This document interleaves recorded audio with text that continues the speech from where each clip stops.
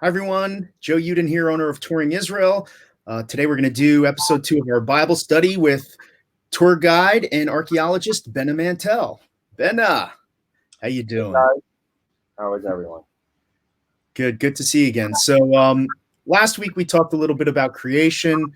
Today, I think we'll talk about the Garden of Eden and maybe a couple other subjects you want to talk about.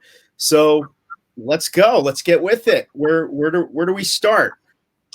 Well, I think we can pick it up where we left it on Genesis 2, and we can see what happens right at the end of the story of creation. And now it is no longer a description on one-way road, but it becomes a dialogue between man, or Adam, who was just created, and God, who created him and is now putting him in this new world that was created, or at least in a place within this new world, which is called the Garden of Eden. Okay, so let's ask Jono to put up Genesis 2, verse 1. Here we go. So if we go into Genesis 2, we actually already went all the way to verse 9. Okay. We haven't read verse 9 yet. Maybe we should read that one. And so I'm just going to go ahead and read. This is right after the moment, maybe even let's read verse 8 so we stay with the continuity. And the Lord God planted a garden eastward in Eden, and there he put the man whom he had formed. And out of the ground made the Lord God to grow every tree that is pleasure to the sight and good for food, the tree of life also in the midst of the garden, and the tree of knowledge of good and evil. So we have here a description of another creation, if you will, right after the creation of the world, and that is a creation of a Garden of Eden. Although I can tell you right away that perhaps the description here is of a garden that was already created. In other words, right away we have a question. Is the Garden of Eden an earthly place? Is it on the world that we are in? Can we actually go and travel there once Corona is over? Um, question one. And if not, when was it created? Is this a garden, some mythical place that was created after Adam was born for Adam himself, and later, of course, for Eve? Or is this a place that is prior to the creation of the world, which is also the approach according to many, many Bible scholars across the various religions? Yeah, I've always looked at the Garden of Eden story as kind of a metaphor that here you have the tree of life and you have the tree of knowledge, where people would end up knowing of good and evil. So before Eve and then Adam would eat from the tree of knowledge, they didn't know the difference between good and evil, and they were running around naked, talking to the animals. And I've always seen this as a metaphor saying man isn't yet human. Okay, man is one of the animals running around the jungle, eating whatever falls from the trees or off the trees, living like an animal in a cave. Okay, and only after the story, after they eat from the tree of knowledge, where they gain a consciousness. Okay, do they become human and realize they're naked and they can't talk to the animals anymore, and they start to write an alphabet? And if we look at the calendar, the first Semitic alphabet, the first real alphabet, the Phoenician Proto-Hebraic alphabet, Semitic alphabet, begins about 6,000 years ago, about the time when people come out of caves and start to farm and build cities. So I've always looked at this story that way. But you're going to talk a little bit more about the rabbinical interpretations and some others, and maybe some comparison to some earlier creation myths. Correct? Definitely. If I will try to sum what you're saying and maybe turn it into a question, basically what you are saying is what every reader, I think, takes from just reading those first couple of chapters of Genesis, and that is that we have here a description of a sin, but also, as you were saying, without that sin, there is no knowledge. And so I think there are a couple of things that need to be clarified here, because it's a legitimate question. In fact, if we take this question just a step forward, then really, where is the sin here? I mean, what are we saying? Maimonides, for example, will say that it makes it sound almost like if knowledge is the reward for eating from the tree, then that gives us two options. Either it's good to sin, because once Adam has committed that sin, he was rewarded by knowledge. The other option is that it is a bad thing to have knowledge. And I think that both options are absolutely out of the question in Judaism, as well as in Christianity. And so, going back to your question, I will have to wonder, is it in fact uh, a sin, number one?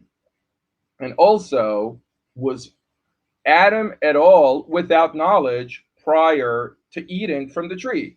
You're saying maybe he's just picking up fruit. Maybe he is that hunter gatherer that Right. we sort of imagine when we try to make this into a physical new state. Well, there is a physical new state. We definitely can trace back archaeologically the earliest civilizations. There seems to be something happening here. 6,000 years ago, we are going back to what we call today to early bronze periods, and even prior to that, the pre-pottery ages. So there is something there of almost an explosion of knowledge. By the way, there are societies that are older than 6,000 years old, according to the archaeological. Absolutely, but do they have an alphabet? I'm not saying that there aren't societies 14,000 years ago and so on. We know that those exist as well. I'm not leading there, but Right. perhaps there is a detachment, and then there is a reemergence right around 6,000 years ago. And of course, if anyone wants, he could bind it with scripture. But again, the moment of that eating from the tree of knowledge of good and evil is a very, very huge moment. And maybe we should really try as much as we can, not necessarily for right now, but generally speaking, to remember that the name of the tree is not the tree of knowledge, but it is the tree of the knowledge of good and evil, or good and bad. You could take your pick on the translations. But if we do that, we realize that knowledge is already out there. And what happens here is that there is a new development.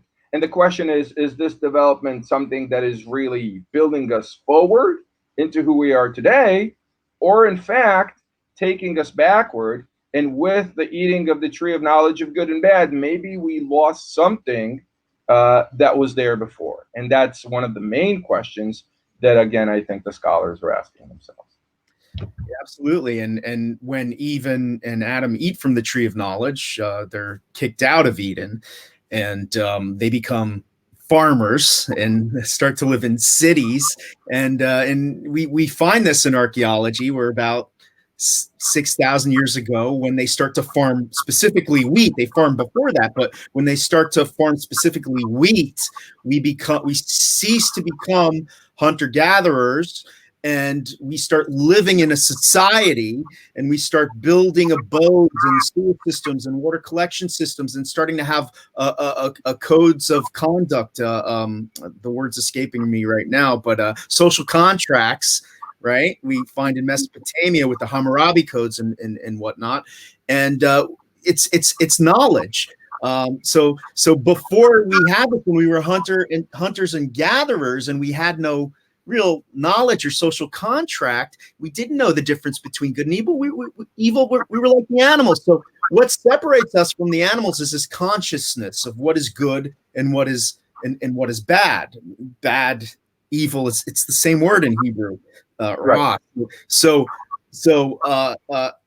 I really see this as it's an ancient consciousness. It's a collective consciousness. What the story is about. That when we're reading about this myth of the Garden of Eden, it's it's a story repeated around the campfire, looking up at the stars, 7,000 years ago, that we told how we made that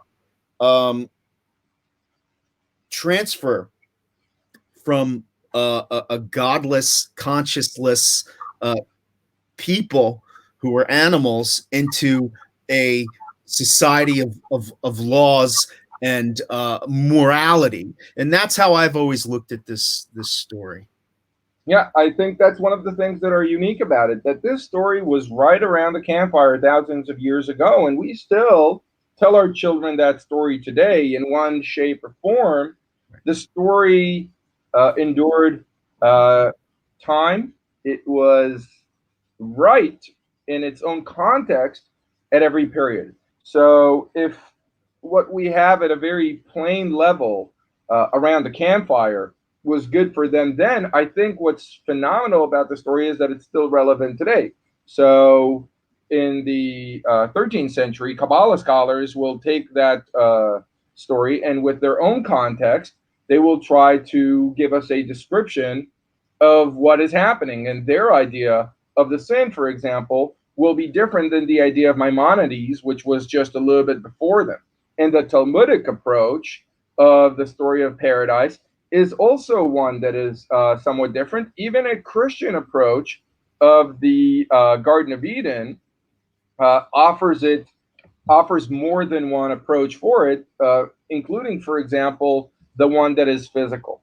So a physical heaven, and maybe we use the word that is often used to describe the physical Garden of Eden, which is paradise, is basically trying to make that linkage. So when we say paradise, we are essentially seeing one of the personifications of the Garden of Eden.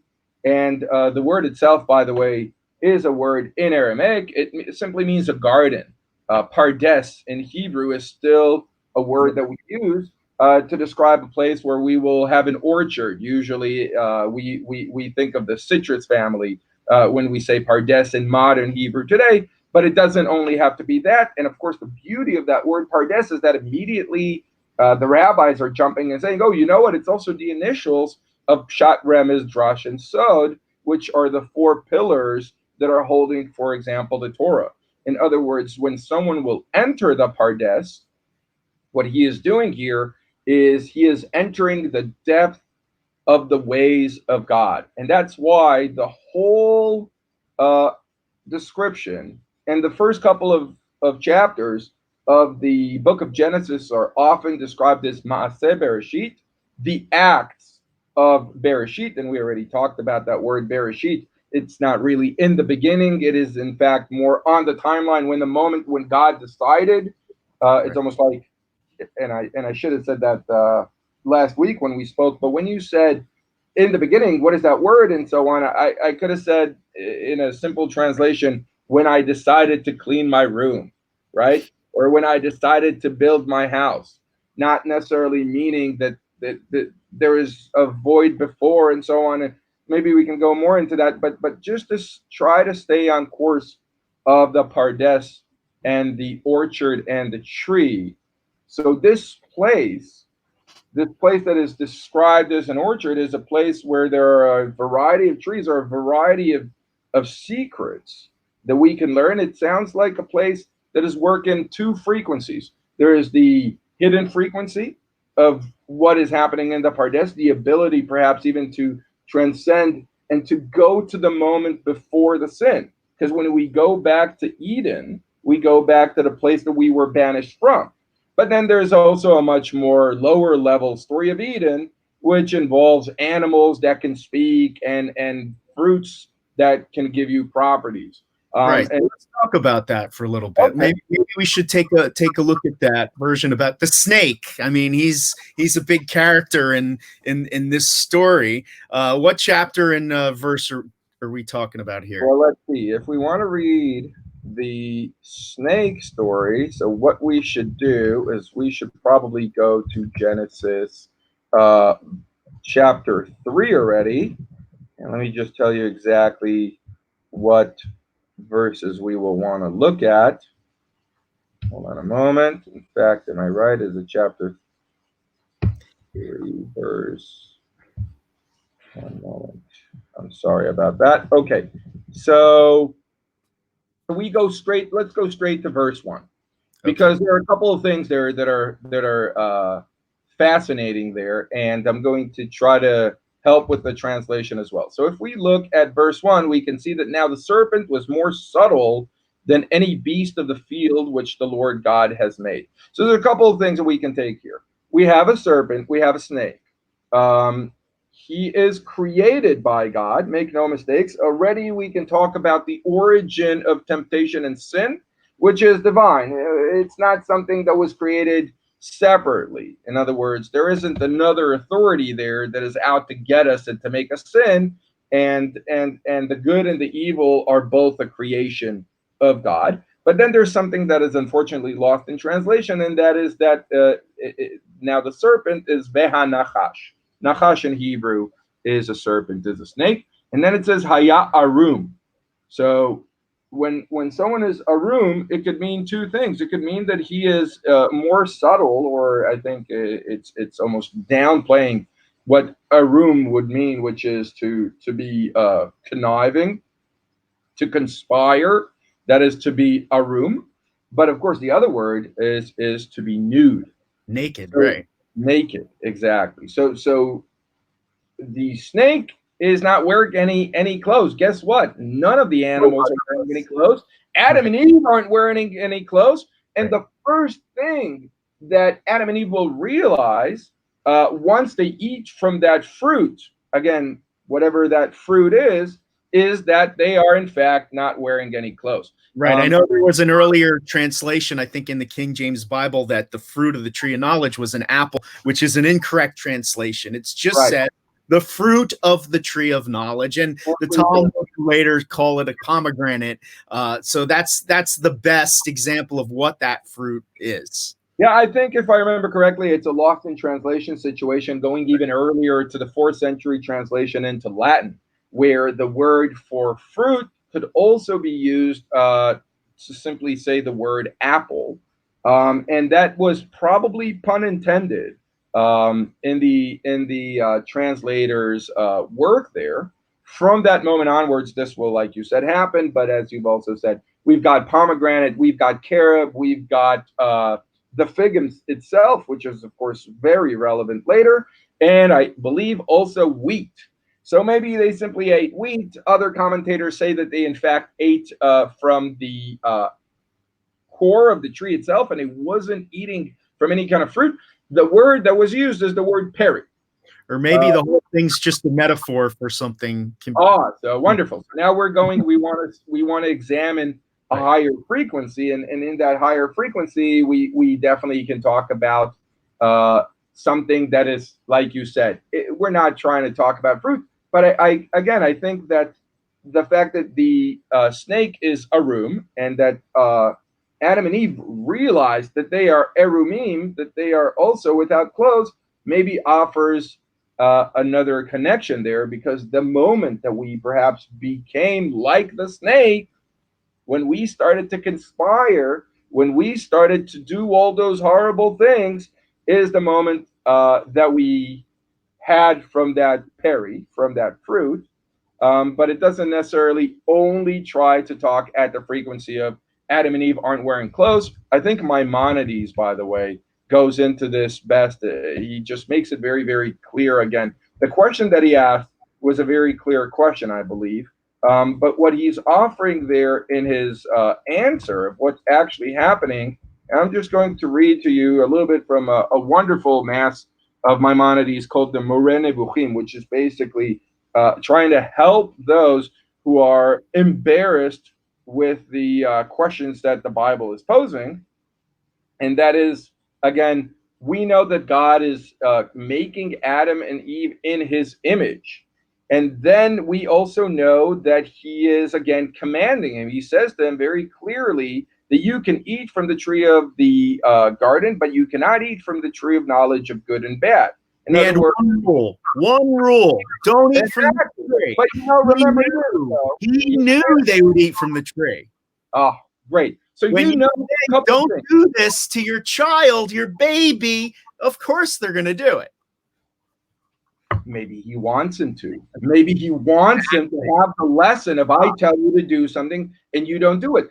Definitely, I think we can all agree that if you're at the level of an animal and you are knowledgeless, you don't have any knowledge in you, there's absolutely no point in giving you any instructions. Right. And Right? this also brings up another point, and I think Christians and Jews look at this story very differently. And for a Jew, when we read the Torah, and in our name we're the children of Israel, the wrestler of God, and we're the children of Israel, the one who struggles or wrestles with God. That's what Israel means. And we always have this father-son relationship, really, with God. Not saying we're sons of God, but a parent-child relationship with God, that we argue with him. And it's throughout the Torah. And we're a stiff-necked people who don't always do what he says. And we have this relationship with him that it's like a parental thing, a parental-child thing. And it looks to me like it starts with this story right here. Okay, Christians may look at the stories, why don't those Hebrews listen to God and do what he says? Do you do what your father always tells you to do? No. Should we? No. Yes. Right. Right. And I think Maimonides understands that. And by the way, well, let me just first, as an extension, like I said, you cannot tell animals what to do. So Exactly. obviously, man has some kind of level of understanding. What Maimonides will say is he divides the human brain into two groups. He gives them two names. He says one is called the muskamot and the other is called the muskalot. So the muskalot are the things that we can understand with our seichel, with our brains.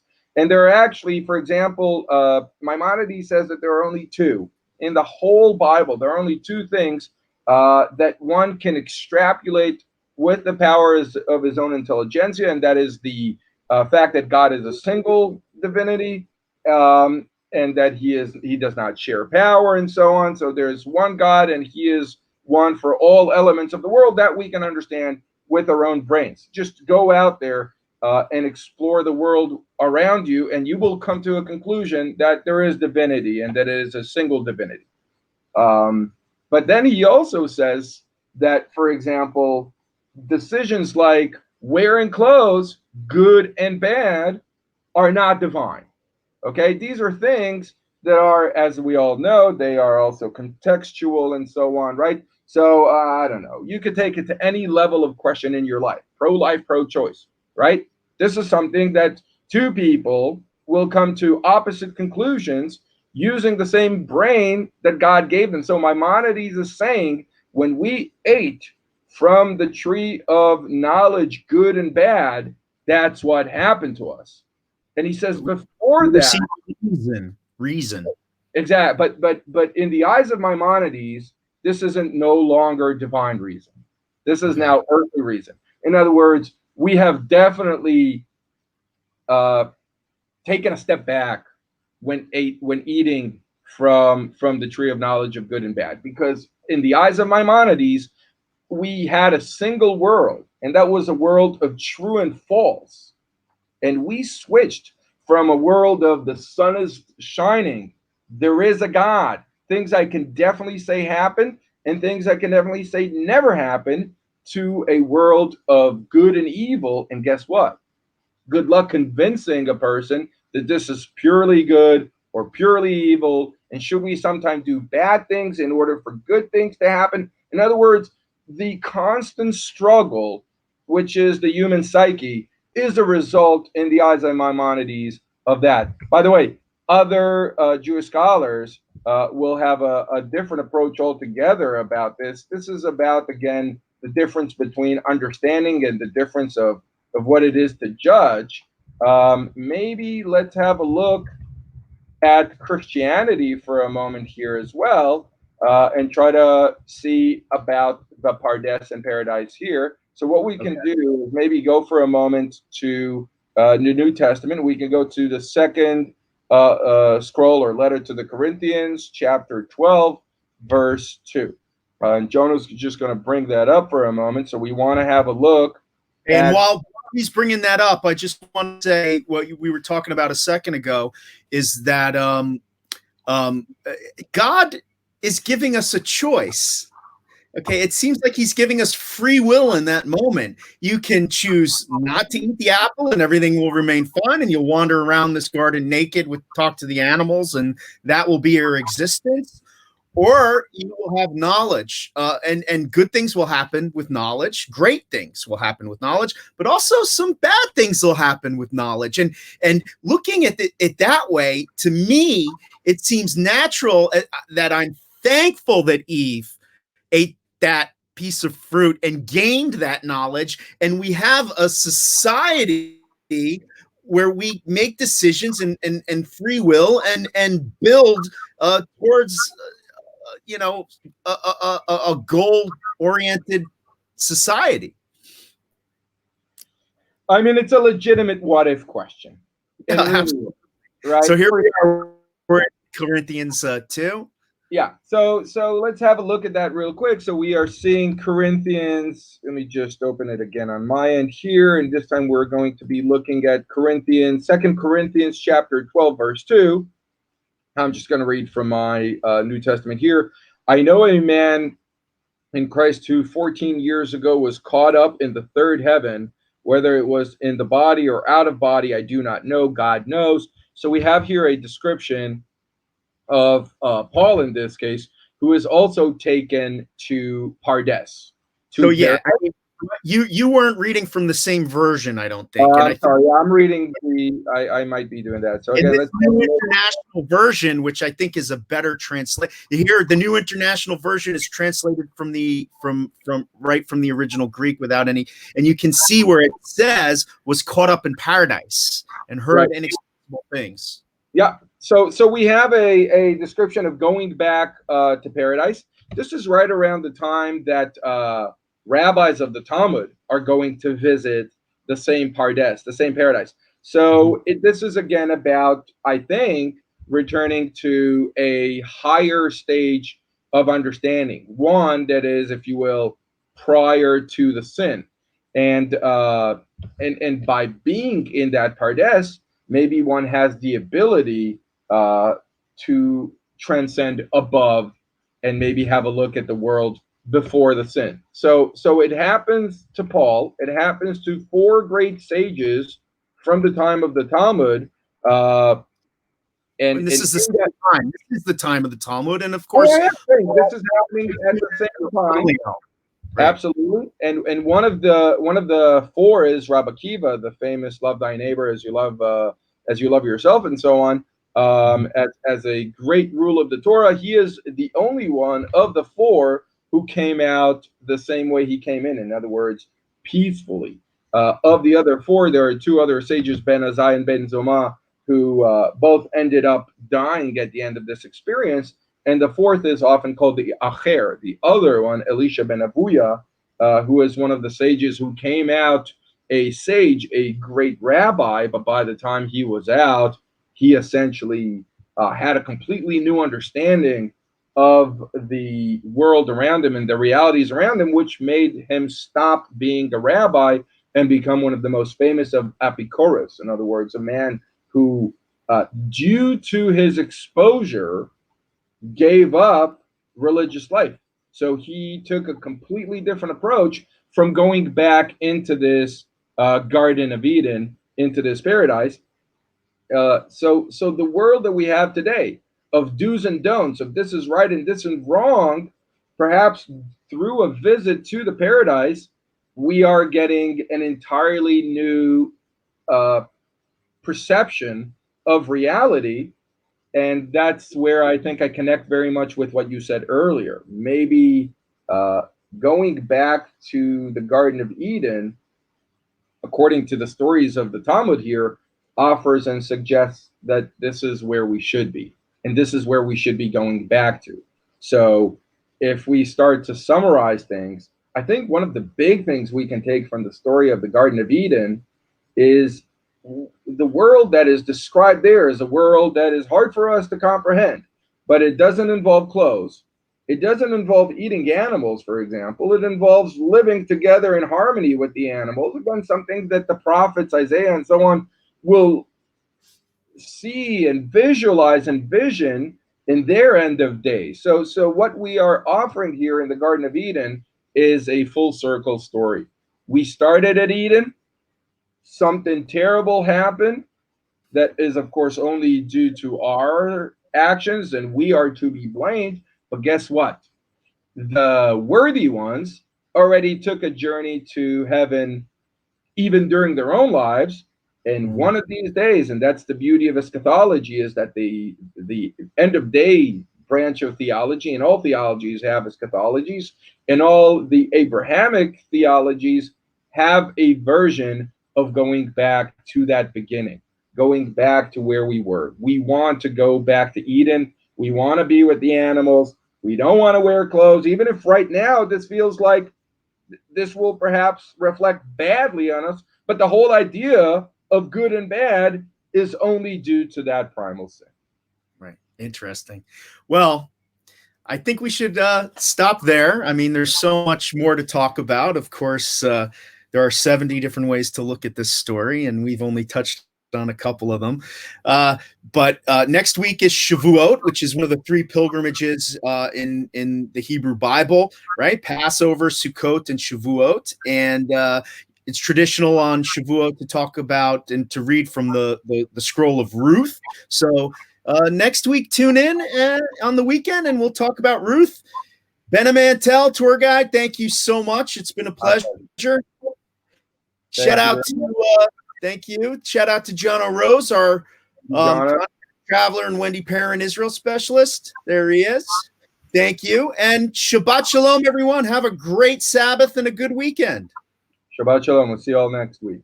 Take care.